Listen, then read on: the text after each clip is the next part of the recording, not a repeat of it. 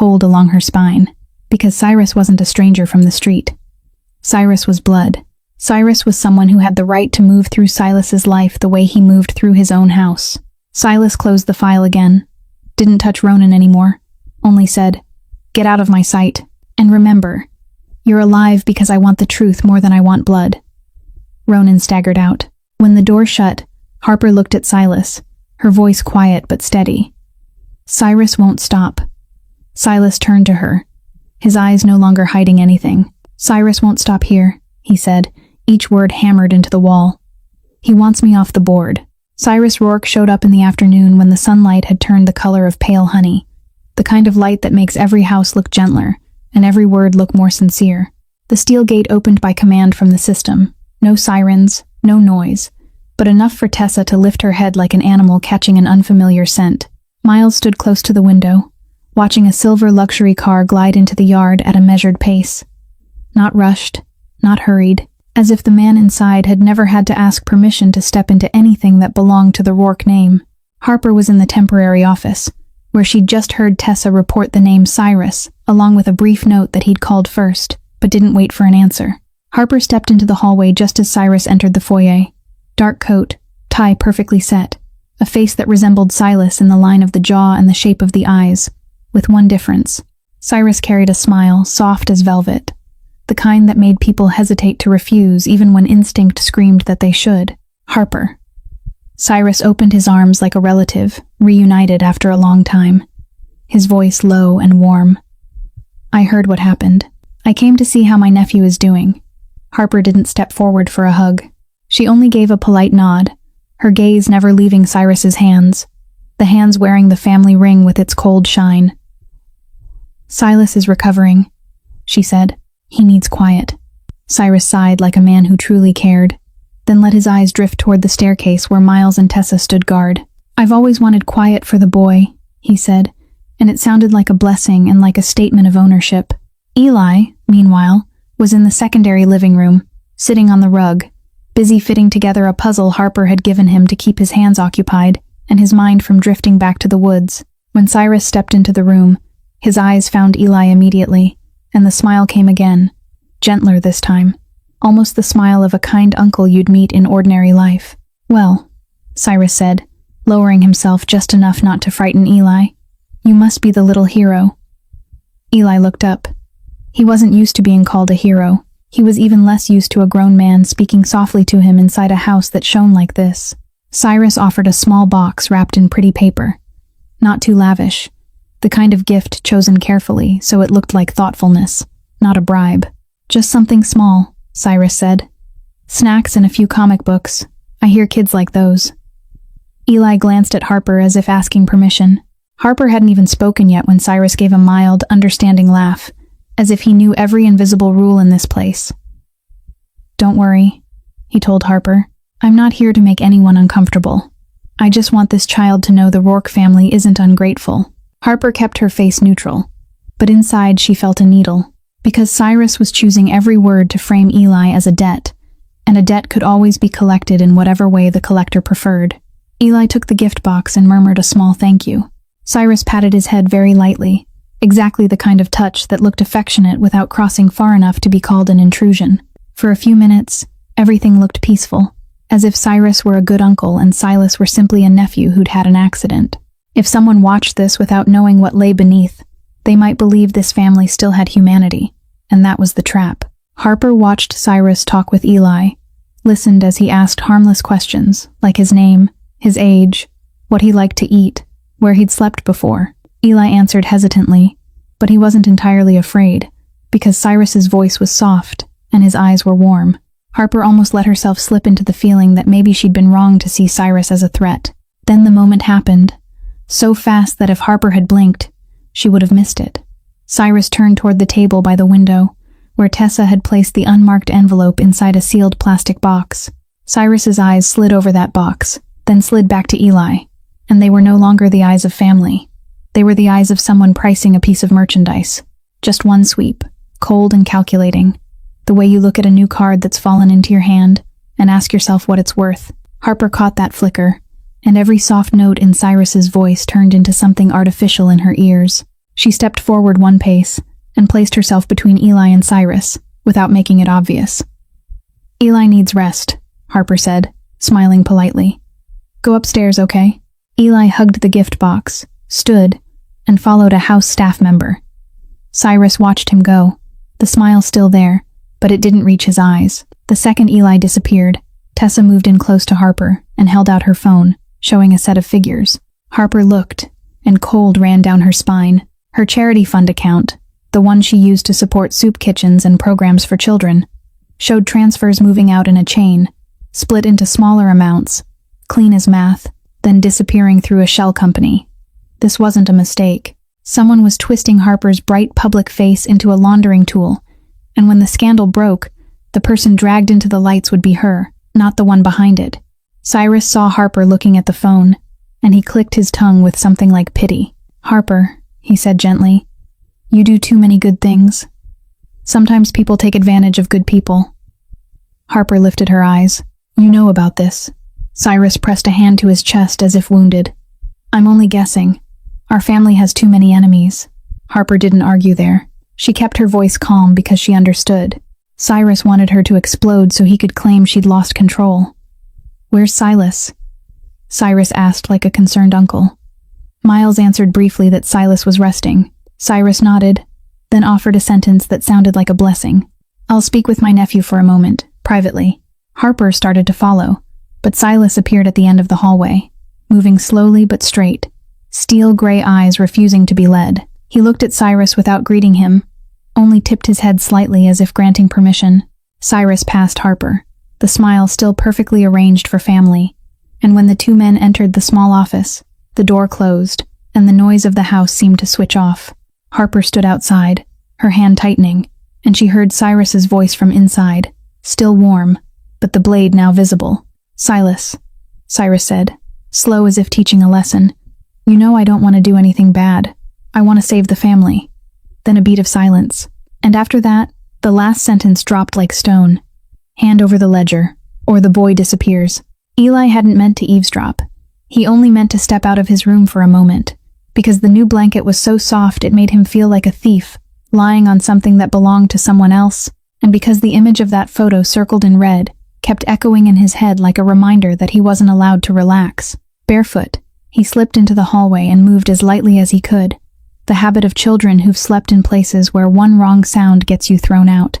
As he passed the small office, he heard Cyrus's voice, warm but sharp, and then he heard the final line, like a hammer driving into his chest.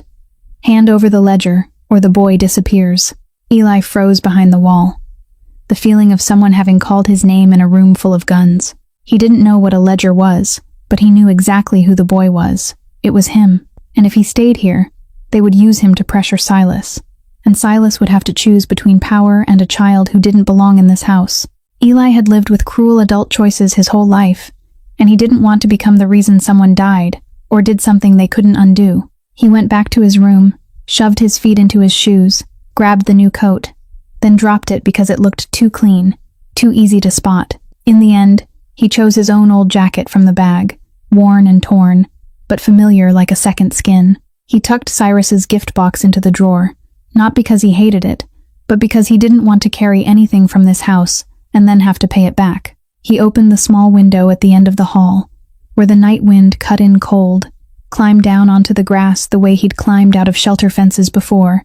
Quick, clean, not looking back. The second his feet hit the ground, he ran. Not along the main path, not through the gate, only along the tree line, into the pockets of darkness cameras struggled to see. He knew Harper would search. He also knew that if Harper searched with a full team of guards, the engine noise and lights would draw the hunter in even faster. So he ran far enough that when they discovered he was gone, they would choose to protect Silas instead of chasing a kid. Harper realized Eli was missing not from a sound, but from the silence. The small room was empty. The blanket had been thrown aside. The drawer was cracked open like a clumsy goodbye. She stood still for exactly one beat, the beat of someone forcing herself not to panic. Tessa wanted to call people in immediately, but Harper stopped her with a look. "No," she said, voice low. "If we make noise, the boy will panic, and they'll catch him first." Miles moved to go after him, but Harper was already pulling on her coat, moving fast out the back door alone, like a mother chasing after a child who just left home for the first time. She didn't take a gun. She didn't take a group. She took only a small flashlight and her own voice. Outside, the wind had picked up. The pines whispered in a long, restless hush, and the safe house lights couldn't reach behind the garden. Harper called softly, "Eli." No answer. She followed fresh prints pressed into damp grass, small shoe marks, quick steps, leading toward the service road behind the trees. She quickened her pace, heart hammering, mind still clear, still calculating. Eli would run toward what he knew, where he'd slept before, where he believed no one would look. "Eli," Harper called again, and this time her voice fractured slightly. Not because she feared for herself, but because she feared Eli would fall back into the loop of homeless children. Run, get caught, run again. She saw a small shadow ahead, the familiar worn jacket, not the new one, and Harper let out a breath like she'd just grabbed hold of a line. "Stop," she said, not as an order, only a steady plea. "You aren't a burden. You aren't a card to be played." Eli halted half a step, as if those words yanked him back. He turned, eyes red from the wind, his voice rough. "They'll use me," he said fast, as if he was afraid he'd change his mind if he slowed down. "They said hand over the ledger or I disappear. I don't want him to have to choose." Harper stepped closer, one step, her hand extended, palm open, empty, not forcing. "You don't have to make yourself disappear to save anyone," she said. "You only have to let the adults do their work, and my work is keeping you safe." Eli stared at that hand, hesitating, when the sound of a car rolling over gravel rose from the corner of the road, not loud like police, not frantic like someone fleeing, but even uncertain, like someone who'd chosen the time. Harper snapped her head around. Headlights swept through the trees, throwing Eli's shadow long across the ground. A dark vehicle stopped tight to the shoulder. The rear door popped open so fast, Harper barely had time to step back and shield Eli. Everything happened cleanly, like a practiced drill. A man stepped out, said nothing, only grabbed Eli from behind, one hand clamped over his mouth, the other locking around his arm. Eli thrashed, eyes wide with terror, and in the instant he was pulled through the light, he saw a small tattoo on the man's wrist. Not flashy, only a simple symbol like a stylized bird inside a circle, the same symbol he'd glimpsed on the jacket of a man at the safe house when Tessa skimmed the camera footage and mentioned Grant. Eli tried to scream, but the sound was swallowed. Harper lunged, but a second man moved in front of her, not striking, only lifting a hand in warning, and Harper understood that if she pushed one beat farther, they could hurt Eli to make her stop. The car door slammed. The sound punched into the night like a full stop. The vehicle backed out, turned, and vanished behind the trees as if it had never existed. Harper stood in the service road, breath broken, her hand still reaching as if trying to hold on to empty air. She forced herself not to scream. She ran back toward the safe house, eyes burning from the wind and from something else, and dialed Silas on the internal line before she even made it back through the gate. When Silas answered, he said only one word. "Speak." Harper swallowed, each word cutting through her throat. "Eli is gone." On the other end, Silas went silent for exactly one beat, a silence that chilled Harper more than the wind. Then his voice came, not raised, not shaking, only dense and sure, like an iron door closing. "Lock every exit."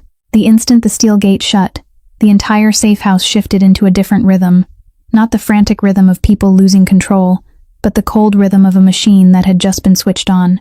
Silas didn't ask Harper what color the vehicle was or what the plate might have been, because he knew that in the dark, those answers were often exactly what the enemy wanted people to cling to, while time slipped away. He stood in the office with his hand on the desk as if it rested on an invisible map, and he gave orders in a voice so low it sounded like a whisper, yet no one dared ignore it.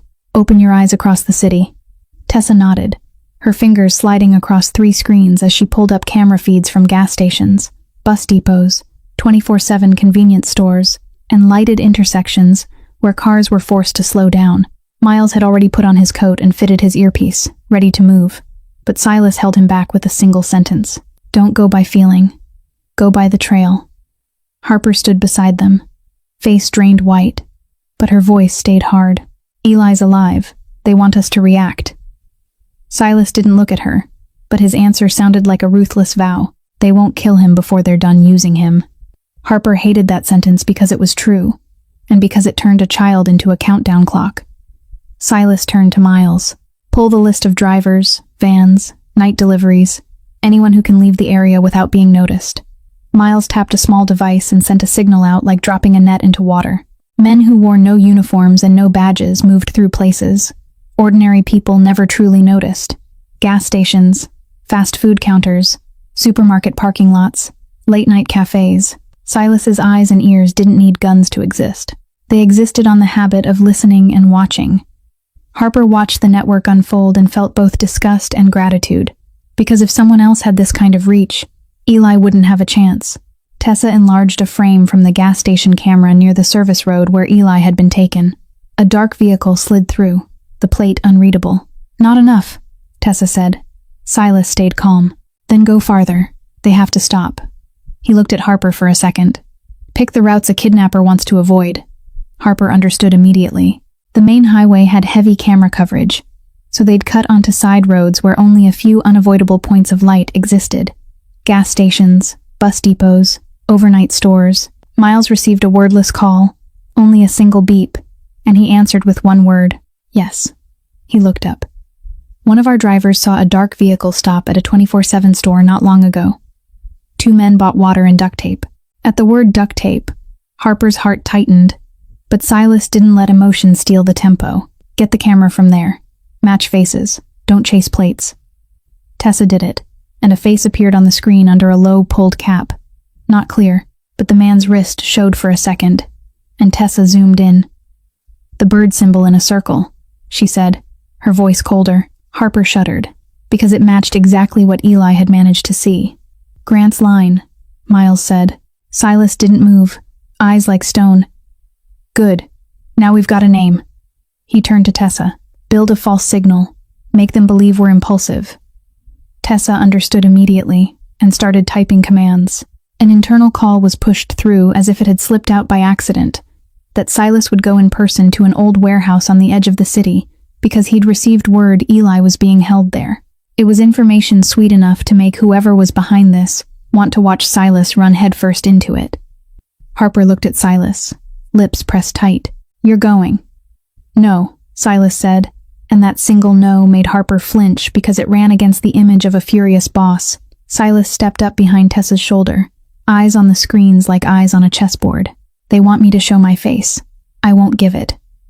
Tessa suddenly raised her voice, deliberately loud enough for the channels to catch it, like a woman panicking over losing the boy. Boss, we can't sit here. What if Eli dies?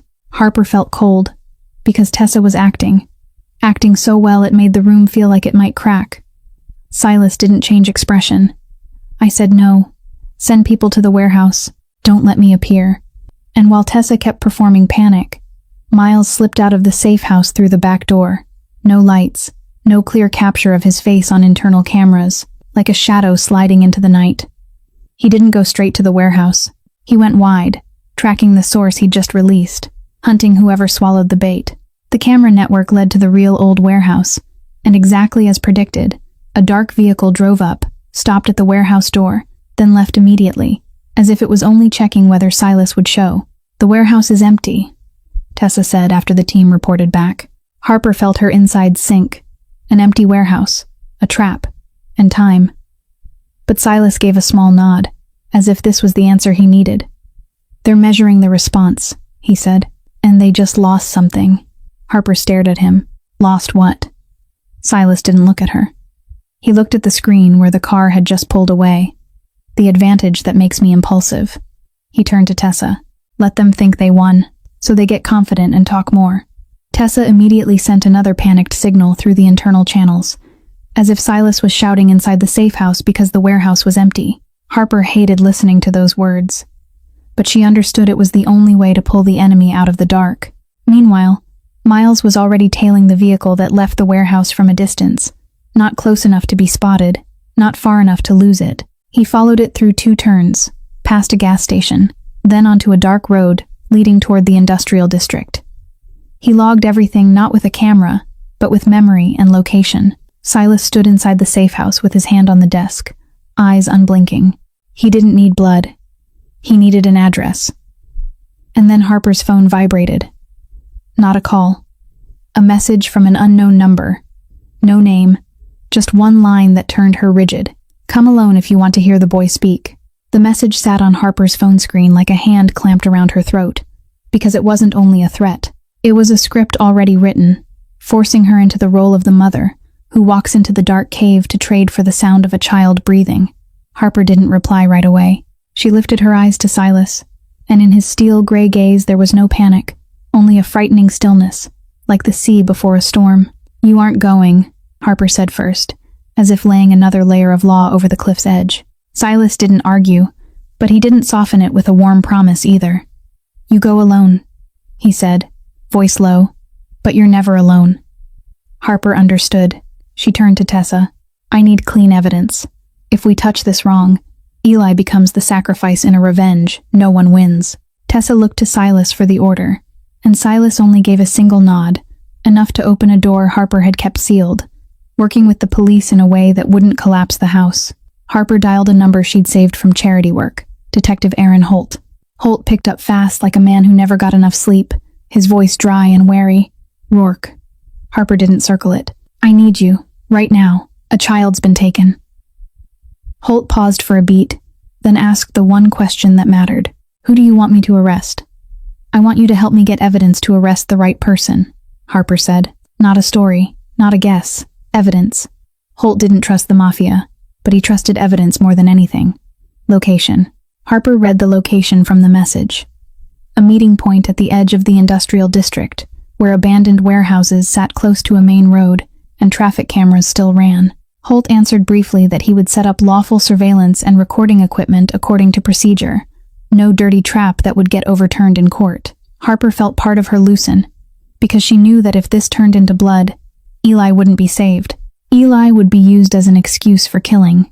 Holt told Harper to keep the message, not delete it, not reply, so they could trace it. Harper hung up and turned to Silas. I'm going. Silas stepped closer. He didn't touch her face the way love stories do. He only put a hand around her wrist, fingers tightening slightly, a signal that he was present. Listen carefully, Silas said. If they tell you to step through a door you can't see past, you turn back. If they tell you to get into a car, you turn back. You have to live to bring him home. Harper nodded, eyes locked on his. You too, she said, and that sentence was a rope pulling Silas back from the edge. She left the safe house in an ordinary car. No loud escort, no priority lights, only a small pin Holt provided for lawful recording, and another car at a distance far enough, police, unmarked. When Harper arrived, the sky was fully dark. The streetlights were a dull yellow, and the wind ran through metal fencing with a shriek like a warning. A warehouse sat silent with its roll-up door half shut, light spilling from inside in a thin strip.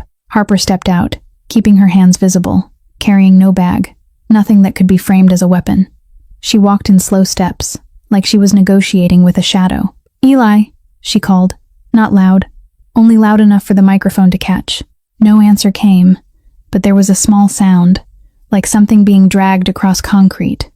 The roll-up door lifted a little more, and Harper saw Eli.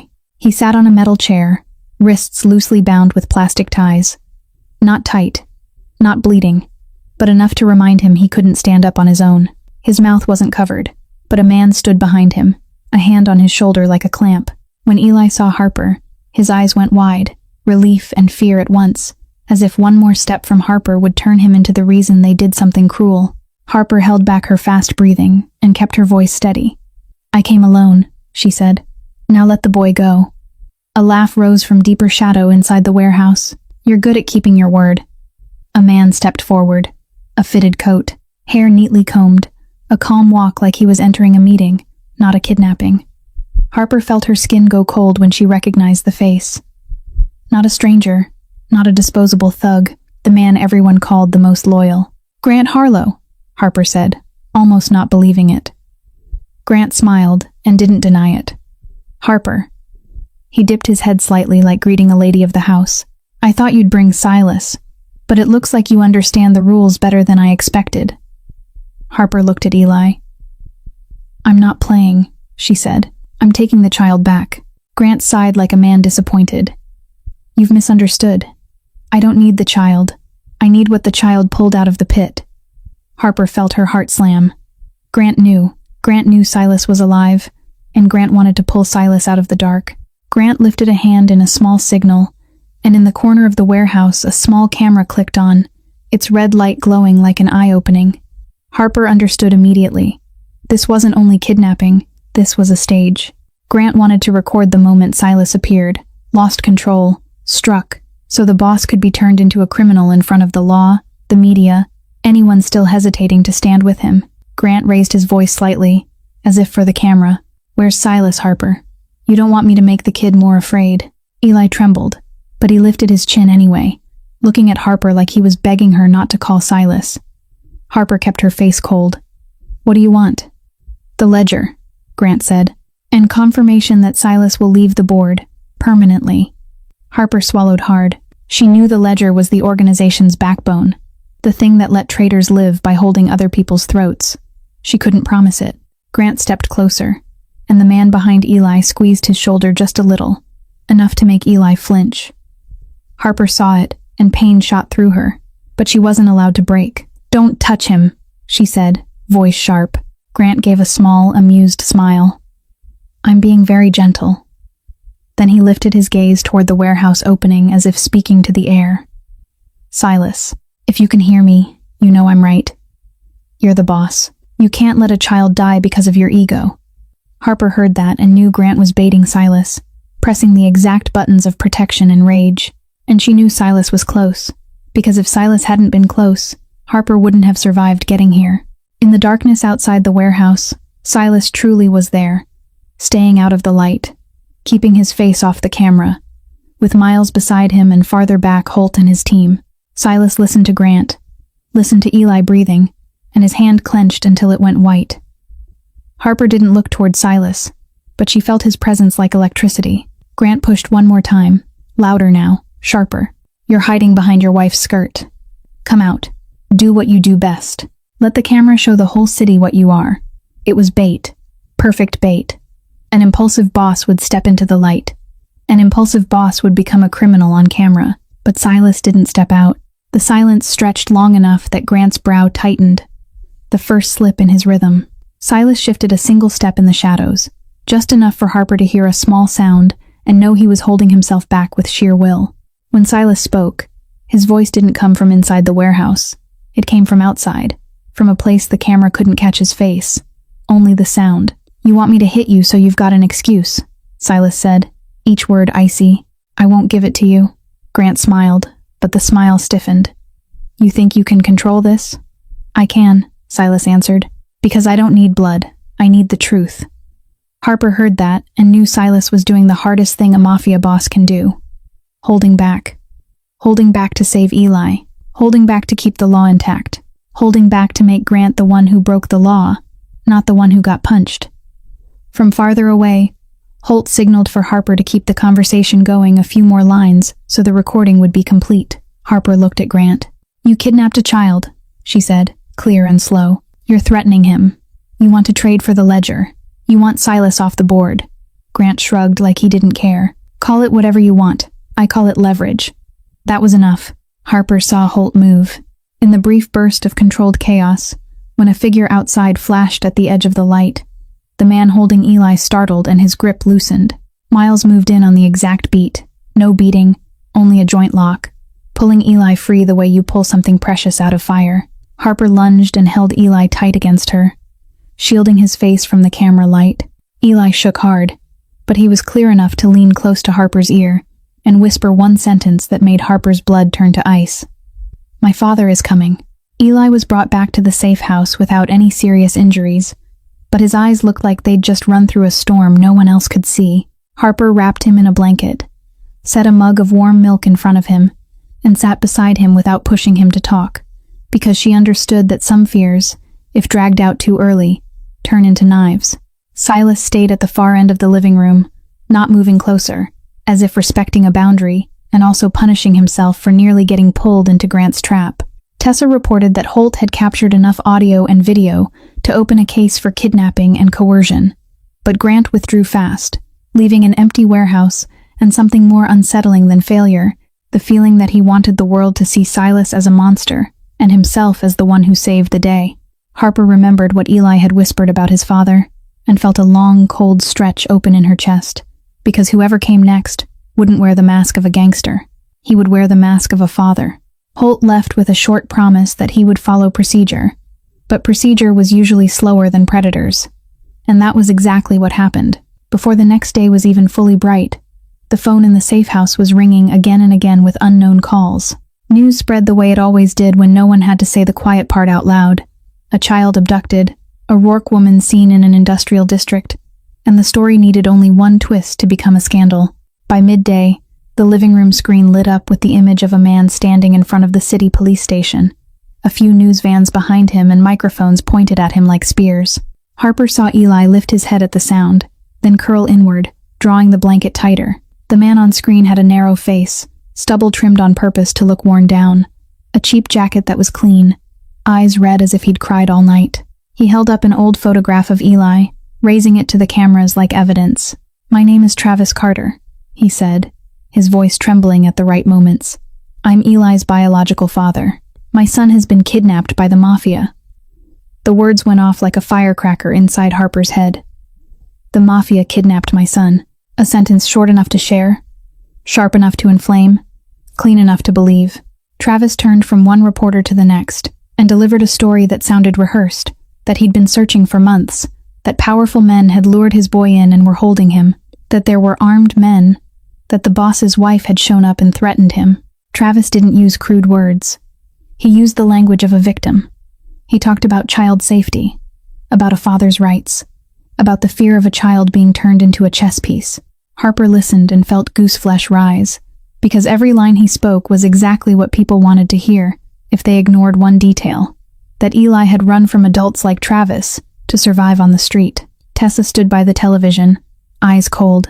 "Good acting," she said. "Too good," Holt said immediately as he came into the safe house through a discreet entrance, his coat still smelling like the road, his face tired but his eyes awake. Harper flinched because she hadn't expected him to arrive that fast. Holt watched the screen for a moment, then gave a small shake of his head. "He's hitting the beats," Holt said, crying on cue, pausing on cue, raising the photo on cue. People don't do that when they're truly missing a child. They panic. "He's performing." Harper looked at Holt. "What are you going to do?" Holt didn't answer right away. He glanced toward Eli, then back to the screen where Travis was adding that he knew his son was being held in a place called a safe house, that there was a steel gate, security, rules like a prison. Harper felt the blood in her body turn cold. How did Travis know? She'd never said safe house to anyone outside the inner circle. Holt caught it too. He muted the television, his voice harder now. "He's got details only an insider would know." Harper clenched her hand. "Someone's feeding him." Holt nodded. "And he didn't come to the station for help. He came to frame you and Silas in public. Once the public believes him, the court listens." Harper looked at Eli and saw the boy staring at the screen without blinking, face drained pale, as if being pulled back to a place he'd tried to forget. Silas stepped forward and stood behind Harper, not speaking, but his presence thickened the air. Holt turned to Silas, his tone no longer cold, only direct. "If you step forward and react, you help him. If you stay silent, he'll push the story farther. We need evidence, and we need to keep that boy out of his hands." Silas looked at the screen once, then at Eli, his eyes darkening. He didn't hate Travis with impulsive rage. He hated him like a man who understood Travis was using the most frightening weapon of all, the title of biological father, to snatch back control. Harper knelt in front of Eli, keeping her voice soft so she wouldn't crack him. "Eli, do you know that man?" Eli swallowed hard, eyes still on the screen. "He's my father," he whispered, like saying a curse out loud. Harper forced herself to stay calm. "Do you want to see him?" Eli shook his head very slightly, almost invisible, and pulled the blanket higher. Holt watched that and became even more certain. He's here for leverage, not for the child. Right then, Eli's phone buzzed once, a small vibration, weak, but in the quiet house it landed like metal on the floor. Harper looked, her heart tightening. An unknown number, a short message. Eli opened it, his pupils widening, his hand shaking so hard the phone almost slipped. Harper grabbed it and read, and it felt like the floor shifted under her. "I know what happened to your mother. Travis's message landed like a finger pressed into the one place Eli had spent his whole life trying to cover, and in a single beat, the warm room of the safe house turned into a cold hallway, with wind slipping through. Eli couldn't speak. His throat felt locked. His eyes stared at the phone screen, then slid away from it, as if not looking could make the words disappear. But the words didn't disappear. They clung to his skin like dirty rainwater.